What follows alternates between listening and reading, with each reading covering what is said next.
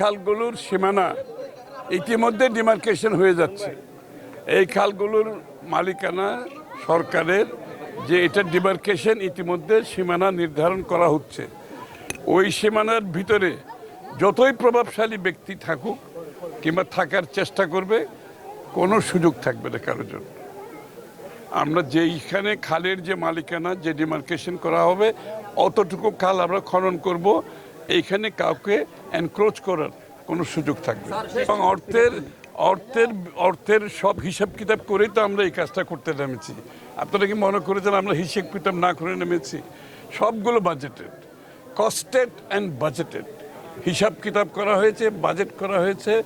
এবং এই জন্য আমরা ক্রমান্বয়ে পুরো প্রকল্পগুলোকে আপনারা দেখছেন প্রত্যেকটা সময়ের উপর আমরা শেষ করতে যাচ্ছি।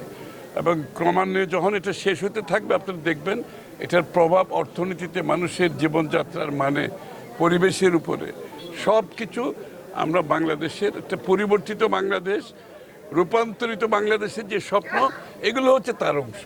এবং বাংলাদেশের অর্থনীতির সুফল সাধারণ মানুষের কাছে পৌঁছে দেওয়ার যে চেষ্টা, সেটাই হচ্ছে এটার আমরা মানুষের বাড়িতে পৌঁছে দিচ্ছি।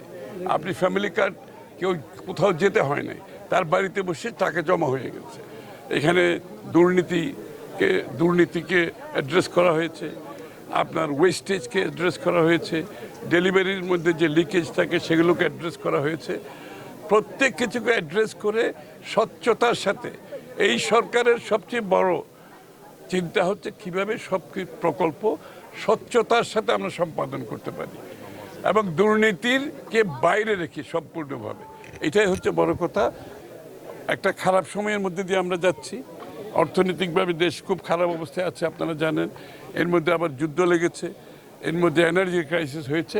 এর মধ্যেও কিন্তু আমরা আমাদের কাজ চালিয়ে যাচ্ছি, কিছু থেমে নেই। কিন্তু আমরা চালিয়ে যাচ্ছি, চালিয়ে যাব। এবং আশা করি বাংলাদেশের মানুষের যে প্রত্যাশা নিয়ে, যে আস্থা নিয়ে, যে আমাদের উপর বিশ্বাস নিয়ে আমাদেরকে নির্বাচিত করেছে, আমরা বাংলাদেশের জনগণের মানুষের সেই প্রত্যাশা পূরণ করতে পারব।